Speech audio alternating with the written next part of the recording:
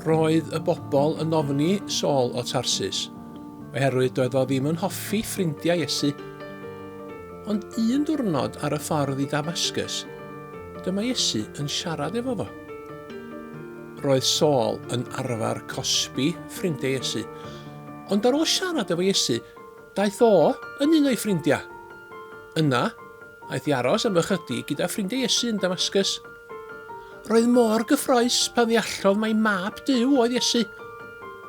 Erbyn hyn, roedd eisiau dweud wrth pawb am ei ffrind newydd.